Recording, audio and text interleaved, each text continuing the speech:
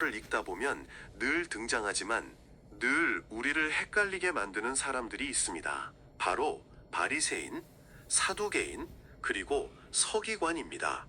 예수님이 가시는 곳마다 나타나 사사건건 논쟁을 벌이고 결국 예수님을 십자가에 못 박는 데 앞장섰던 사람들. 우리는 설교나 성경 통독을 통해 이들의 이름을 수없이 들어왔습니다. 하지만 막상 바리새인과 사두개인은 정확히 뭐가 다른가요? 서기관은 또 누구인가요? 라는 질문을 받으면 속 시원하게 대답하기가 쉽지 않습니다. 그저 뭉뚱그려서 예수님을 괴롭힌 율법주의자들 혹은 나쁜 사람들 정도로만 이해하고 넘어갈 때가 많죠. 그래서 이번 영상에서는 성경을 읽으실 때마다 헷갈리셨던 이 세 그룹의 정체를 명확하게 정리해 드리려고 합니다. 이들이 역사 속에서 언제 어떤 배경으로 등장했는지, 바리새인과 사두개인은 교리적으로 또 정치적으로 어떻게 달랐는지, 그리고 평소엔 물과 기름처럼 서로를 혐오했던 두 집단이 왜 예수님 앞에서는 하나가 되어 그토록 분노했는지, 그 진짜 이유를 팩트를 바탕으로 차근차근 짚어보겠습니다. 이 내용을 한 번만 제대로 이해해 두시면 복잡했던 당시의 시대적 배경이 머릿속에 선명하게 정리될 것입니다. 그리고 앞으로 신약 성경을 읽으실 때 예수님의 말씀과 당시의 상황들이 훨씬 더 깊고 입체적으로 다가오게 될 것입니다. 자, 그럼 신약 성경을 읽는 눈을 확 트이게 해줄 그 역사 속으로 함께 들어가 보겠습니다.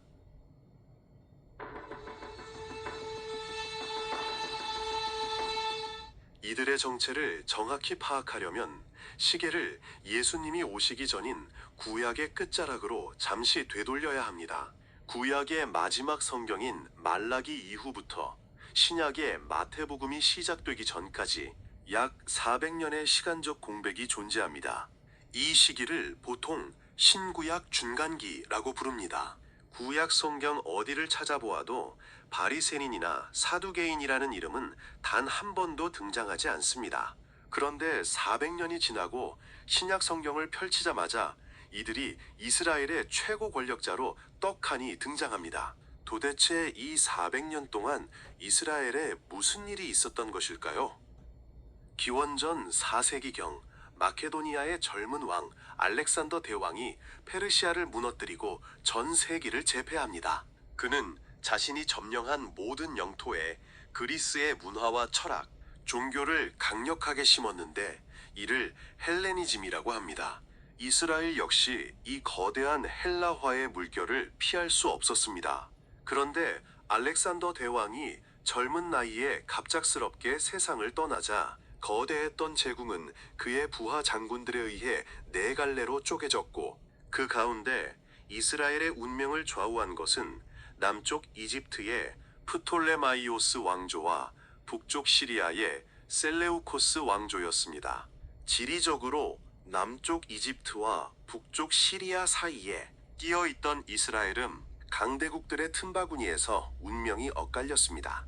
처음 약 100년 동안은 이집트 프톨레마이오스 왕조의 지배 아래서 종교의 자유를 인정받으며 비교적 평화로운 시기를 보냈습니다. 하지만 기원전 2세기경 북쪽 시리아의 셀레우코스 왕조가 전쟁에서 승리하며 이스라엘을 빼앗았고, 이때부터 끔찍한 비극이 시작됩니다.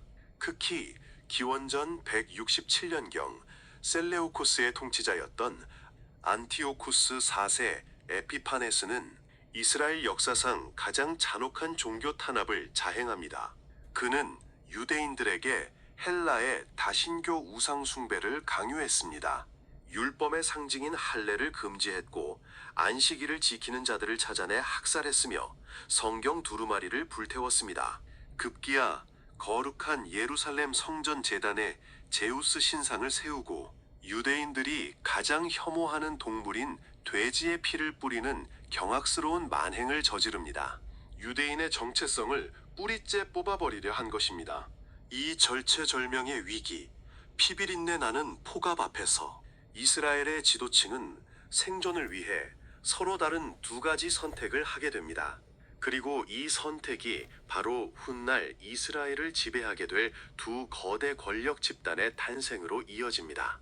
첫 번째 부류는 현실을 직시하고 타협을 선택한 자들이었습니다. 이미 세상의 주인이 바뀌었다. 살아남으려면 저들의 문화에 적응하고 협력해야 한다. 이들은 주로 부유한 귀족들이나 대제사장 가문의 사람들이었습니다.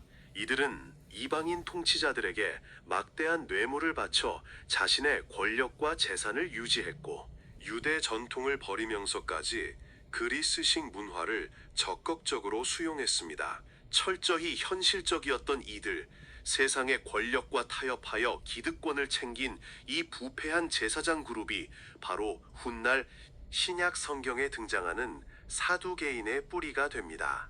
두 번째 부류는 전혀 다른 길을 걸었습니다. 아무리 칼날이 우리 목을 겨누어도 하나님의 율법을 훼손할 수는 없다. 이들은 하시딤, 즉 경건한 자들이라 불렸습니다. 대제사장들이 권력에 눈이 멀어 성전을 더럽힐 때 주로 평민들로 구성되었던 이들은 율법의 순수성을 지키기 위해 유대 광야와 험주는 산악지대로 숨어들었습니다. 그들은 이방 문화의 강요에 맞서 무장투쟁을 벌이며 하나님의 율법을 목숨 걸고 사수했습니다. 부패한 제사장들과 이방 문화에 물든 세장으로부터 스스로를 철저하게 분리한 사람들, 바로 이 분리된 자들이라는 뜻을 가진 거룩한 저항군이 훗날 바리새인으로 발전하게 됩니다. 당시 이스라엘 백성들의 마음은 어땠을까요? 권력의 하수인이 되어버린 사두개인들을 깊이 혐오했고, 반대로 목숨을 걸고 신앙을 지켜낸 이 바리새인들을 향해서는 압도적인 지지와 존경을 보냈습니다. 이들의 치열한 저항은 이스라엘이 헬라 제국을 몰아내고 잠시나마 독립왕국인 하스몬 왕조를 세우는 밑거름이 되기도 했습니다. 하지만 평화는 길지 않았습니다. 지도층의 권력 다툼으로 나라가 병들어가던 중 기원전 63년 이스라엘은 결국 새롭게 떠오른 로마 제국의 손에 다시 넘어가게 됩니다. 이렇게 강대국들의 지배와 뼈아픈 역사의 굴곡 속에서 탄생한 두 그룹. 이들은 엎치락뒤치락하며 세력을 키워나갔고, 결국 1세기 로마 지배하에 이스라엘에서 이 나라를 움직이는 확고한 최고 권력층으로 자리 잡게 됩니다.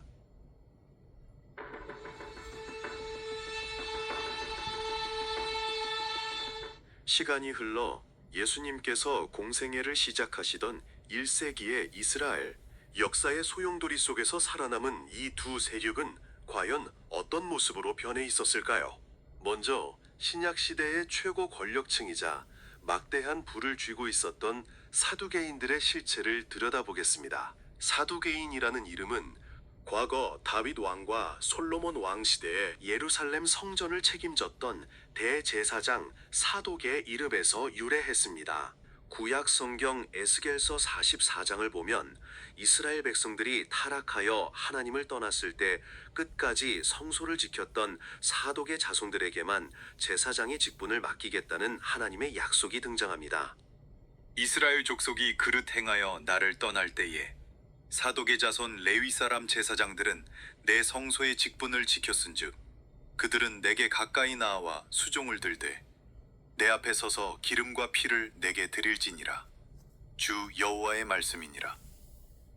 따라서 사두개인들은 자신들이야말로 그 사독의 피를 온전히 이어받은 이스라엘에서 유일하게 합법적이고 뼈대 있는 정통 제사장 가문이라고 자부했습니다. 백성들 앞에서는 그 거룩한 혈통을 가장 강력한 무기이자 권력의 명분으로 삼았죠. 하지만 그들의 속은 이미 썩을 대로 썩어 있었습니다. 본래 이스라엘의 대제사장은 혈통을 따라 세워지며 평생토록 하나님을 섬기는 가장 거룩한 영적 직분이었습니다. 그러나 신구약 중간기를 거치며 사두개인들은 이 거룩한 직분을 돈과 권력을 얻기 위한 정치적 도구로 변질시켰습니다. 1세기 이스라엘은 로마 제국의 지배 아래 있었습니다. 사두개인들은 과거 헬라 제국 때 선조들이 그랬던 것처럼 이번에도 로마 총독과 긴밀하게 결탁했습니다. 그들은 엄청난 뇌물을 바치고 이스라엘의 최고 종교 지도자인 대제사장 직분을 마음대로 사고 팔았습니다. 이들의 권력 기반은 단연코 예루살렘 성전이었습니다. 당시 이스라엘 사회를 다스리던 71인의 최고 의회인 산헤드린 공회의 의장직 역시 사두개인 출신의 대제사장이 독점했습니다. 권력을 쥔 그들은 하나님의 집인 성전을 거대한 독점 기업으로 전락시켰습니다. 전 세계에 흩어져 있던 유대인들이 유월절 같은 큰 명절에 예루살렘으로 몰려오면 반드시 성전세를 내야 했고 제물로 바칠 짐승을 구해야 했습니다.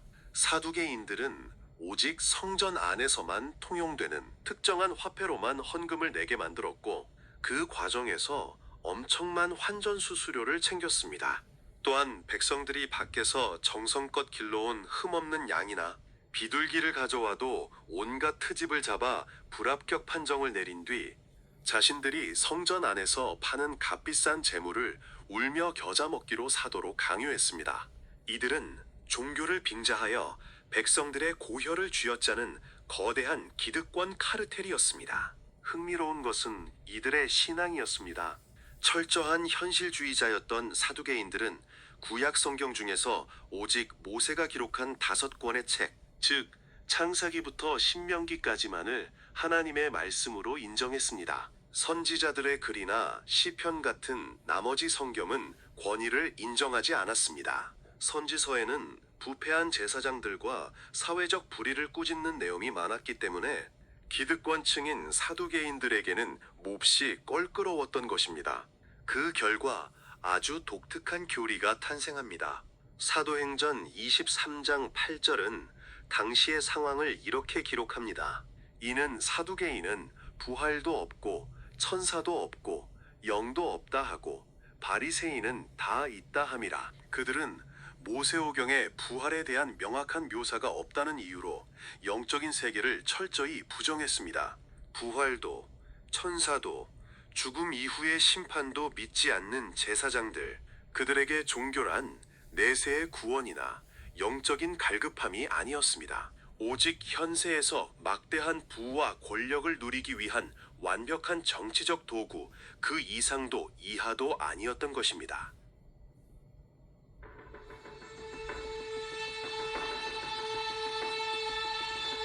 그렇다면 과거 목숨을 걸고 율법을 지켜냈던 평민들의 영웅 바리새인은 어떻게 되었을까요? 부유한 귀족이었던 사두개인들의 권력 기반이 예루살렘 성전이었다면 바리새인들의 주 무대는 이스라엘 전역 동네마다 세워진 회당이었습니다.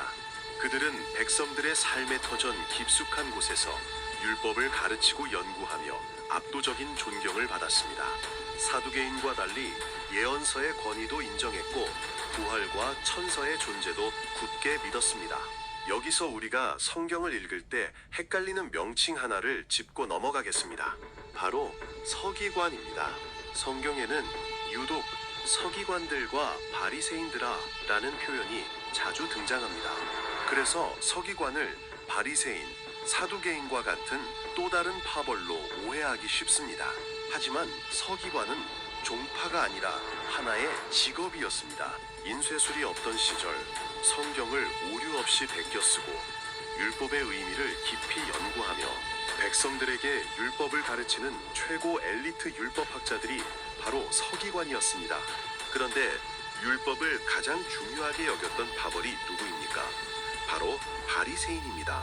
그렇다 보니 이 율법학자, 즉 서기관이라는 직업을 가진 사람들의 절대 다수가 바리새파에 속해 있었습니다. 뜻을 같이 하는 소속이었던 셈입니다.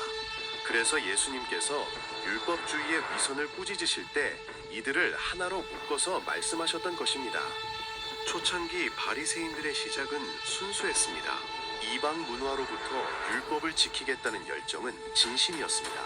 하지만 시간이 흐르면서 이들 역시 치명적인 괴물로 변해버리고 맙니다. 율법을 완벽하게 지키겠다는 그들의 열심이 어느새 숨막히는 강박증과 우월감으로 변질된 것입니다. 그들은 사람들이 율법을 어기는 것을 원천적으로 차단하겠다며 성경 본문 주변에 수백 가지의 까다로운 세부 규칙들을 울타리처럼 쳐놓았습니다. 이것이 바로 신약 성경에서 예수님이 그토록 비판하셨던 장로들의 유전, 즉 사람의 전통과 구전 율법입니다.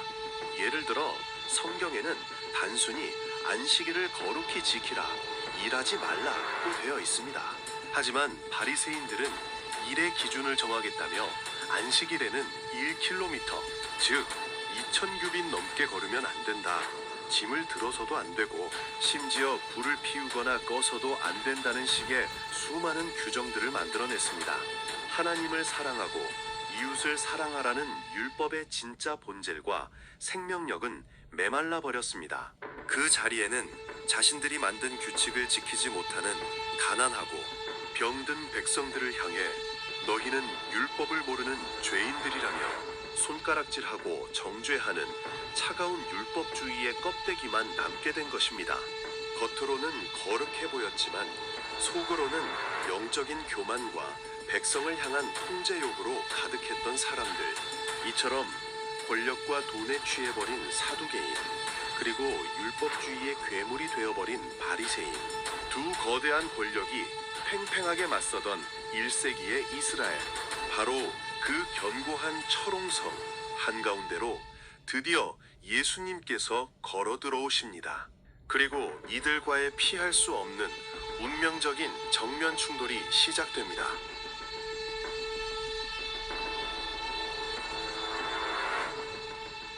이스라엘의 모든 백성들이 바리새인의 엄격한 율법 아래 숨을 죽이고 사두개인의 거대한 권력 앞에 억눌려 있던 그때, 예루살렘 성전이 아닌 흙먼지 날리는 변방 갈릴리에서 한 청년이 등장합니다. 그는 종교 지도자들의 높은 자리 대신 병들고 가난한 자들 곁으로 향했습니다. 정죄가 익숙하던 땅에 긍휼을 가르치기 시작한 청년 예수, 그리고 그의 등장은 곧 이스라엘 최고 권력자들과의 피할 수 없는 정면 충돌로 이어집니다. 가장 먼저 발칵 뒤집힌 사람들은 율법의 수호자를 자처하던 바리새인들이었습니다. 그들의 깐깐한 잣대로 볼 때 예수님은 율법의 질서를 파괴하는 끔찍한 이단아였습니다. 예수님은 그들이 만든 안식일의 규정을 정면으로 어기셨습니다. 안식일에 손 마른 사람을 고치셨고 38년 된 병자를 치유하셨습니다. 바리새인들이 펄쩍 뛰며 분노하자 예수님은 단호하게 선언하십니다. 안식일이 사람을 위하여 있는 것이지 사람이 안식일을 위하여 있는 것이 아니다. 사람이 만든 수백 가지의 구전 율법보다 병든 생명을 살리는 율법의 본질이 먼저라는 선언이었습니다. 그뿐만이 아니었습니다. 바리새인들은 자신들의 거룩함을 유지하기 위해 죄인들과 철저히 거리를 두는 이른바 정결법을 목숨처럼 지켰습니다. 세리나 창녀 같은 부정한 자들과 옷깃이 스치는 것조차 극도로 꺼렸죠. 그런데 예수님은 아예 세리 마태의 집에 들어가 그들과 한 상에 둘러앉아 식사를 하셨습니다. 바리새인들 입장에서는 수백 년간 자신들이 피 흘려 쌓아 올린 거룩함의 울타리를 예수님이 보란듯이 짓밟고 박살내는 것으로 보였을 것입니다. 바리새인들은 예수님을 흠집내기 위해 집요하게 따라다니며 논쟁을 걸었습니다. 하지만 예수님은 그들의 영적인 교만을 정확히 꿰뚫어 보셨습니다. 겉으로는 아름답게 꾸몄지만 속에는 썩은 뼈가 가득한 회칠한 무덤과도 같다고 꾸짖으셨습니다. 하나님의 뜻을 독점하고 있다고 믿었던 최고 지식인들의 자존심은 산산조각이 났고 바리새인들의 마음속에는 예수님을 향한 걷잡을 수 없는 증오와 사리가 타오르기 시작했습니다.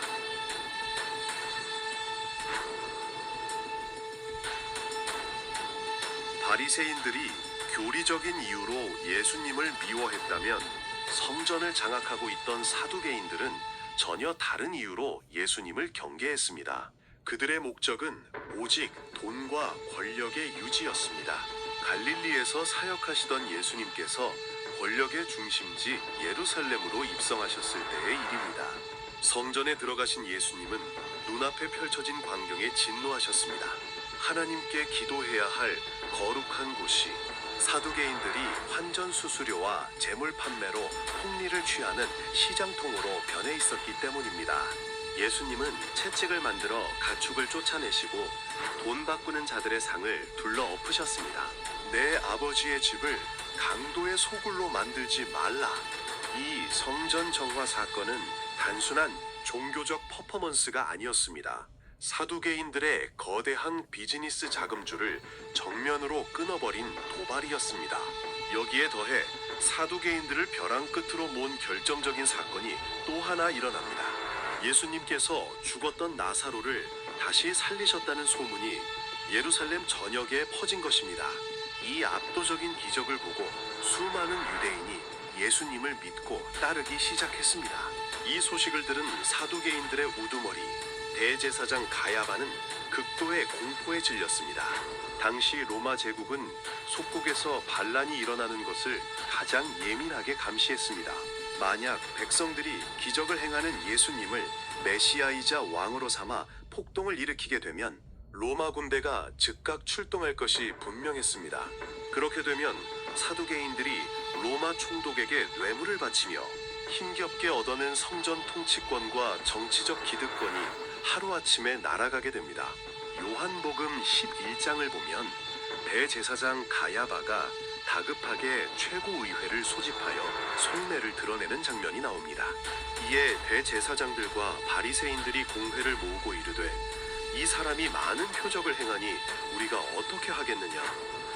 만일 그를 이대로 두면 모든 사람이 그를 믿을 것이요 그리고 로마인들이 와서 우리 땅과 민족을 빼앗아가리라 하니 그 중에 한 사람 그 해의 대제사장인 가야바가 그들에게 말하되 너희가 아무것도 알지 못하는도다. 한 사람이 백성을 위하여 죽어서 온 민족이 망하지 않게 되는 것이 너희에게 유익한 줄을 생각하지 아니하는도다. 그들의 속내를 아주 투명하게 보여주는 대목입니다. 이날부터 그들은 예수님을 죽이기로 공식적인 모의를 시작합니다. 사두개인들에게 예수님이 진짜 기적을 행한 메시아인지는 전혀 중요하지 않았습니다. 그들에게 예수님은 자신들의 지갑을 위협하고 로마의 심기를 건드려 권력을 잃게 만들 시한폭탄이었습니다. 반드시 제거해야 할 정치적 위험 요소였던 것입니다.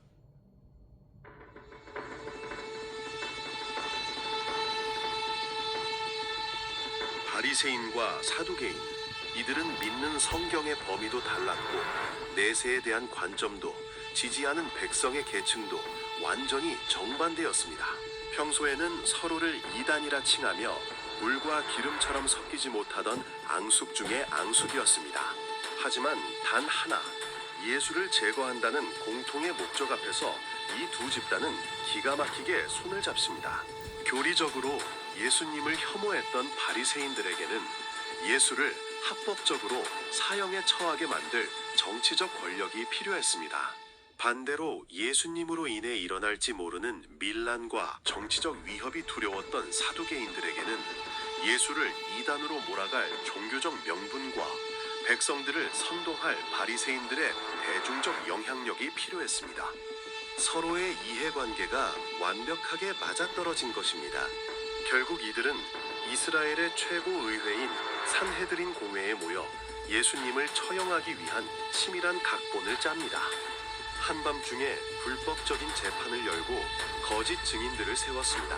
바리새인들은 예수님이 율법을 모독하고 하나님을 모독했다는 종교적 죄목을 뒤집어 씌웠고 사두개인 출신의 대제사장은 예수님이 자신을 왕이라 칭하며 로마 황제에게 반역을 꾀했다는 정치적 죄목을 만들어 로마 총독 빌라도에게 넘겼습니다.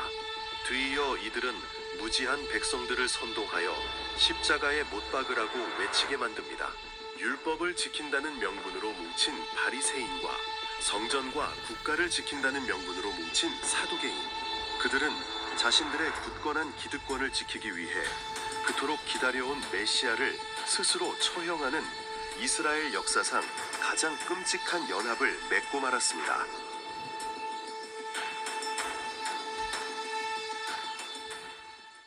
그렇다면 이 기득권자들의 최후는 과연 어떻게 되었을까요? 서기 70년, 예수님이 십자가에 못 박히신 지 약 40년이 흐른 시점이었습니다.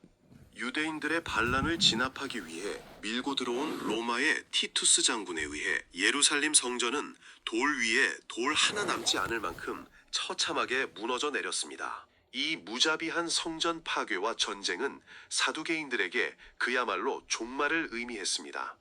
로마 권력에 기생하며 풍요를 누리던 사두개인 지도부는 내전의 혼란 속에서 분노한 동족 극단주의자들 열심당에게 암살되거나 로마군의 칼날 아래 멸절되었습니다. 사두개인들에게 있어 물리적인 예루살렘 성전과 그곳에서의 동물 제사는 그들의 정체성이자 권력 그리고 막대한 부의 원천이었습니다. 현실의 성전이 사라지자 내세와 부활조차 믿지 않았던 그들의 신앙적 토대는 순식간에 붕괴되었습니다. 존재 이유를 완전히 상실한 사두개인들은 그렇게 역사 속으로 영원히 자취를 감추게 되었습니다. 반면 바리새인들의 운명은 달랐습니다. 그들은 예루살렘 성전이 파괴된 후에도 살아남았습니다. 그들의 신앙은 특정 장소인 성전이 아니라 이스라엘 전역에 흩어진 회당과 율법 연구에 뿌리를 두고 있었기 때문입니다. 건물이 무너져도 율법책은 남았기에 바리새인들은 훗날 랍비 유대교로 발전하여 오늘날 유대교의 명맥을 잇게 됩니다. 오늘 우리는 신약 성경을 읽을 때마다 우리를 헷갈리게 했던 세 그룹의 기원과 실체를 자세히 살펴보았습니다. 오직 율법을 연구하고 필사하며 가르쳤던 당시의 최고 엘리트 율법학자 서기관, 이방 문화에 맞서 율법의 순수성을 지키고자 시작되었지만 결국 긍휼을 잃고 율법주의의 껍데리만 남게 된 바리새인, 그리고 외세와 결탁하여 하나님이 계셔야 할 성전을 돈과 권력의 수단으로 전락시킨 현실주의 종교 귀족 사두개인, 누구보다 성경을 잘 안다고 자부했던 그들이었지만 정작 말씀이 육신이 되어 오신 진짜 메시아를 알아보지 못했습니다. 오히려 자신들의 지식과 기득권을 지키기 위해 하나님의 아들을 십자가에 매다는 참담한 역사를 남기고 말았습니다. 이들의 씁쓸한 발자취는 오늘날 성경을 읽고 믿음을 다짐하는 우리 모두에게 묵직한 거울이 되어줍니다. 혹시